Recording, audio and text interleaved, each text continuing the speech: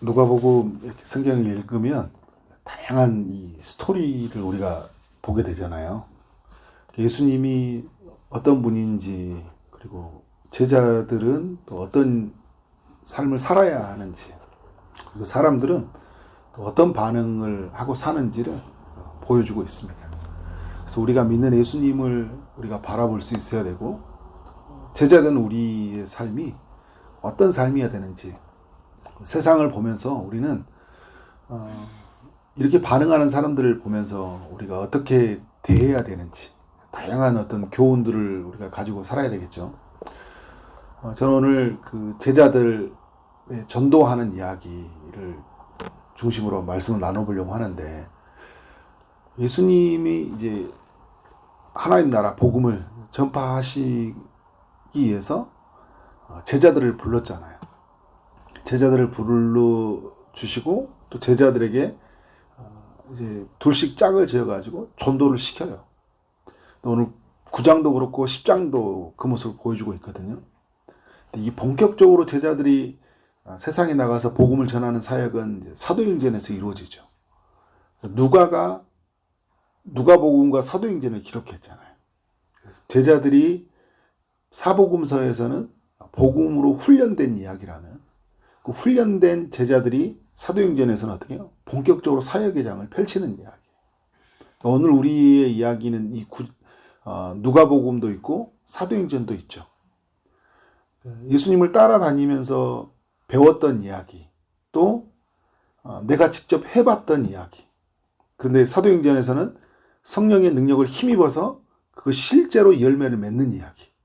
오늘 이제 새벽에 말씀에 들었을 때는 전도란 이런 것이다.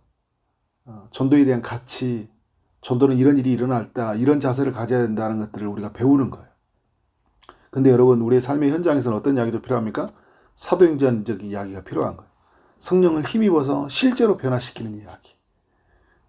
실제로 내 가정이 변화되고 이웃들이 돌아오는 그런 역사가 일어나야 된다. 누가는 이제 총 다 해서 52장의 이야기를 우리에게 알려주고 있잖아요. 그런 면에서 우리 모두는 오늘 이야기가 또 의미 있게 다가와야 된다라는 거죠. 예수님이 1절에 보면 12제자를 불러 모았다고 하죠. 그런데 주님이 주시는 게 있습니다. 모든 귀신을 제어하며 병을 고치는 능력과 권위를 주셨다 이야기를 하는 거예요. 그러니까 주님이 우리에게 세상에 보낼 때는 그냥 보내지 않고 우리에게 능력을 주신다라는 거예요. 근데 그 능력을 주시는 주님이 마태복음 28장에 보니까 우리와 함께 하신다라는 거예요. 그러니까 여러분, 우리가 말에 때로는 우리의 연약한 말이 어눌함이 있을 수도 있고, 또 우리의 가지고 있는 삶의 환경이 그렇게 다른 사람들 복음을 전할 수 있을 만큼 영향력을 못 즐길 만한 그런 우리의 배움과 또 우리의 가지고 있는 재산과 우리의 여러 가지 모습들이 부족함이 있을 수 있어요. 그런데 주님이 우리 안에서 일하신다라는 거예요. 우리를 사용하셔서 주님이 드러내신다라는 거죠. 2절에 보니까 하나님의 나라를 전파하며 앓는 자를 고치게 하려고 이제 내보내신다라는 거예요. 하나님의 사람들을 불러 모으셔서 어떻게 해요? 이제 전파하는 사역으로 보내시는 거잖아요. 그런데 보내실 때 고치기도 하신다. 그러니까 복음 전파의 사역과 치유의 사역을 하시기 위해서 보내신다라는 거예요. 오늘 우리를 통해서 하나님의 나라는 전해지는 거예요. 치유의 역사가 일어난다라는 거예요. 그래서 하나님 우리를 보내신다라는 거예요. 보낼 만한 자에게. 3절에서 이제 어떤 태도를 가져야 되는지 말해주고 있어요. 3절에 보면 가지지 말라, 가지지 말라 이게 반복이 되죠. 아무것도 가지지 말래요. 지팡이나 배낭이나 양식이나 돈이나 두보롯을 가지지 말라. 보통 같으면 이런 걸 많이 가질 것 같아요. 저희가 예전에 오늘 이 말씀을 보다가 그 청년 때 그 거지전도를 강원도로 간 적이 있어요. 근데 그 당시에 분위기가 이 교회에서 이렇게 막 거지전도 배낭여행 이런 걸 좀 많이 했었거든요. 요즘에 이제 그런 것들이 많이 사라져 있는 것 같아요. 실제로 한번 해보는 거죠. 근데 제가 그 거지전도 여행을 마치고 바로 고향을 내려가기 위해서 짐을 싸가지고 갔거든요. 근데 그 짐을 들고 강원도 땅을 돌아다니는데 얼마나 힘들지 모르겠어요. 근데 그 감자 캐는 농사철인데 감자를 캐는다가 거기서 저 감자 농사를 같이 도와주다가 전도를 해야 되겠다. 그리고 밥도 얻어먹고 같이 이런 생각을 했어요. 근데 감자 농사에 그 짐을 차에다 상차를 하는데 허리가 삐끗했어요. 그리고 그냥 안 주저앉아 있었던 거예요. 근데 그분들이 너무 불쌍하다 해가지고 감자도 막 주고 짐은 너무 무거운 거예요. 시골에 갈지만 그걸 들고만 가는 너무 힘들더라고. 왜 아무것도 가지지 말라는지 알겠더라고요. 그리고 막 내가 가지고 있는 짐이 있고 돈이 있잖아요. 그럼 막 그걸 의지해요. 그래서 오늘 그 말씀에서 왜 가지지 말라고 하냐면 주님만 철저히 의지하라는 거거든요. 여러분 당시에 이렇게 만나면 보면 지팡이나 이런 것들이 왜 필요하냐면 그 맹수들을 만날 수 있거든요. 지금 이제 문화하고 우리가 좀 다르지만 당시에는 맹수를 만날 수 있어요. 이게 내 보호하는 도구가 되는 거예요. 그리고 목마르고 배고픈 일들이 왜 안 생기겠어요? 먹을 게 필요하잖아요.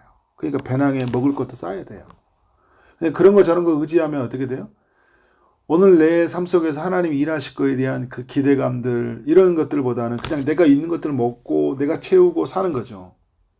그러니까 하나님을 의지하지 않는 거예요. 날씨가 더워서 어떻게 돼요? 옷도 갈아입어야 될 거 아니에요. 그러니까 그러면 어떻게 돼요? 막 그거 옷 입는 거 신경 쓰고 막 계속 땀나고 힘드니까 그죠? 그러니까 그거 하다가 시간 다 가는 거예요. 조금 하다가 먹다가 시간 가고 그죠? 그리고 맹수 나타나면 어떻게 할까? 이것 걱정 저것 걱정하다가 시간 다 보내는 거예요.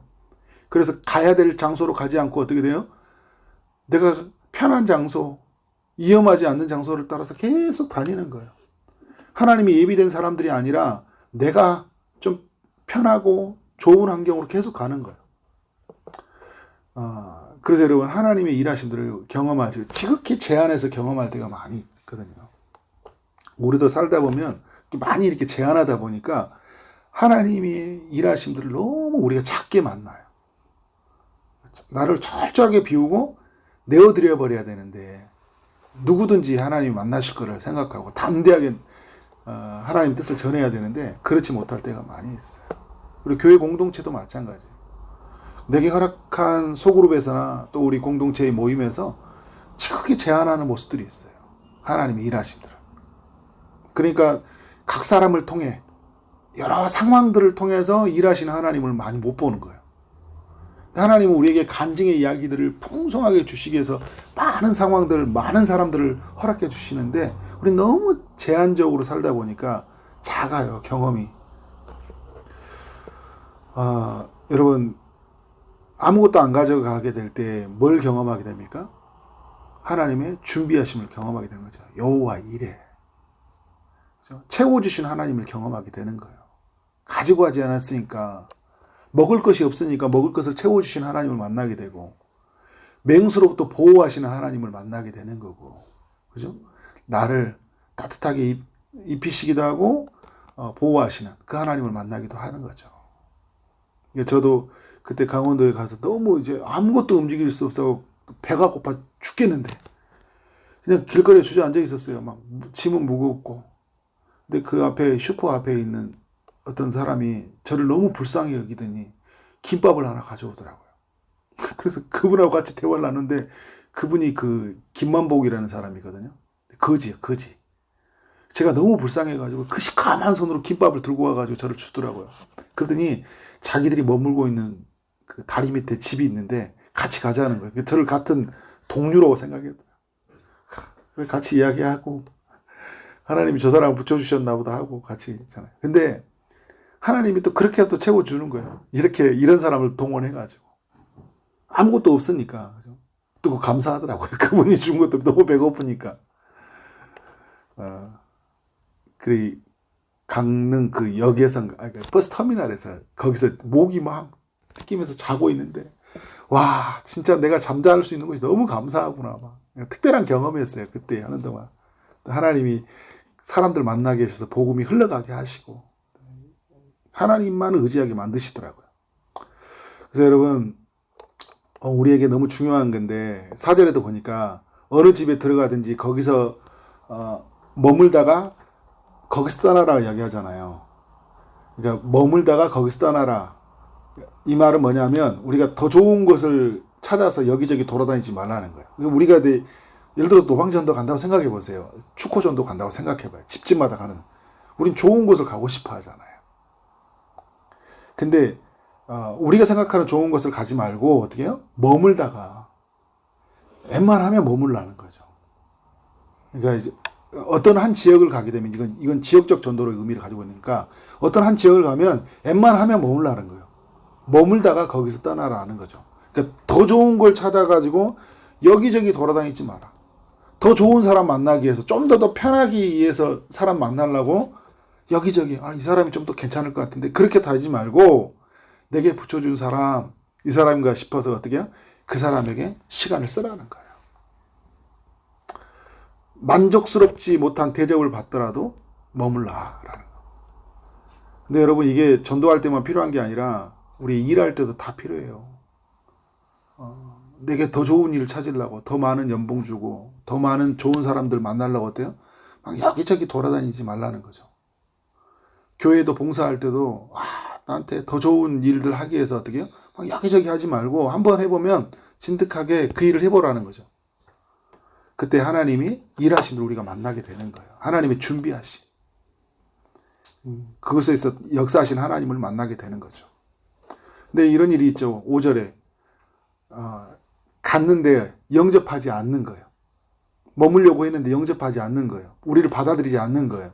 그럼 어떻게 하라는 거예요? 그 성에 떠날 때 너희 발에서 먼지를 떨어버려 그들에게 증거를 삼으라라고 이야기를 하고 있습니다.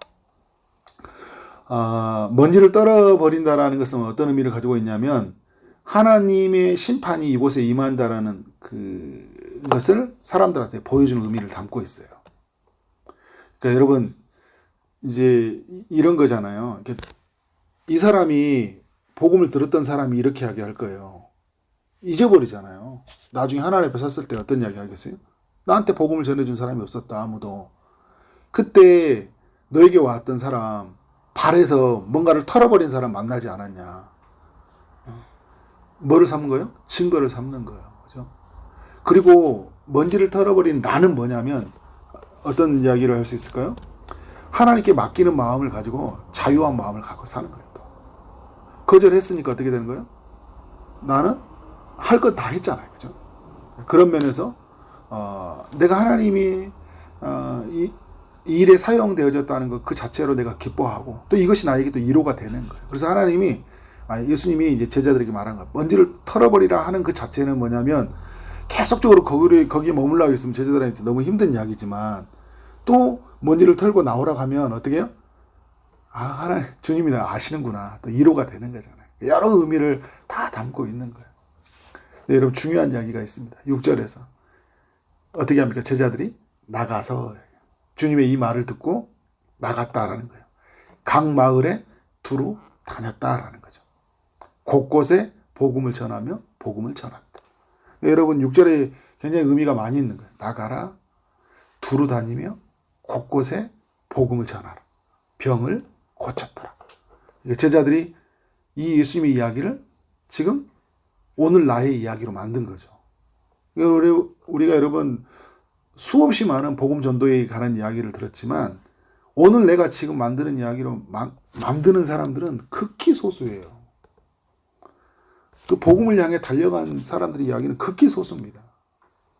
제가 예전에 집사님 기쁨의 동산교회 있을 때 집사님 말씀을 듣다가 바로 그냥 고향에 내려가 버리더라고요. 그때 놀랐어요. 복음을 전해야 되겠다는 이 마음 때문에 지옥 갈 것 같은 이 걱정 때문에 달려가 버리더라고요. 제가 예전에 어떤 한 선배가 있었어요. 고향에서 부모님이 올라오신 거예요. 저를 막 불러요. 막. 네가 좀 와야 되겠다. 복음 좀 전해주라. 우리 부모님 내 말 안 들으니까. 막 새벽기도 끝나고 그냥 거기 가가지고 그냥 말씀 전하기라고 영접기도 시키려고 옆에서 막 졸음인데 아버지 동생인데 동생 이야기 좀 들어보라고. 나중에 이제 그분 이제 돌아가실 때도 참 그분 선배님 그 이야기 하더라고. 너무 감사하다고. 너 때문에 우리 아버지 예수 믿고. 여러분 말씀을 듣고 복음의 가치가 있다는 걸 알고 우리는 복음을 전하는데 알지만 나가는 사람들은 너무 극히 적잖아요. 두루 다니는 사람이 없어요. 곳곳에 다녀야죠. 그때 하나님의 살아계신 우리를 통해 드러난다. 여러분 베드로가 깊은 곳에 가서 그물을 내리라고 했을 때 주님의 말을 듣고 그대로 했던 것처럼 또 제자들이 주님의 이 거룩하신 요구 앞에 그대로 나갔던 것처럼 오늘 하나님의 사람들이 그렇게 나가야 된다. 사도행전에서 이제 여러분 제자들은 어떻게 돼요? 그냥 그렇게 살아요. 삶이. 오늘 우리의 예수 믿는 사람들의 삶은 바로 이러한 삶으로 나가야 된다. 이런 이야기를 남기는 오늘 하루 또 평생의 삶이 되기를 주의 이름으로 축원합니다. 네, 기도하겠습니다. 하나님 아버지 감사합니다.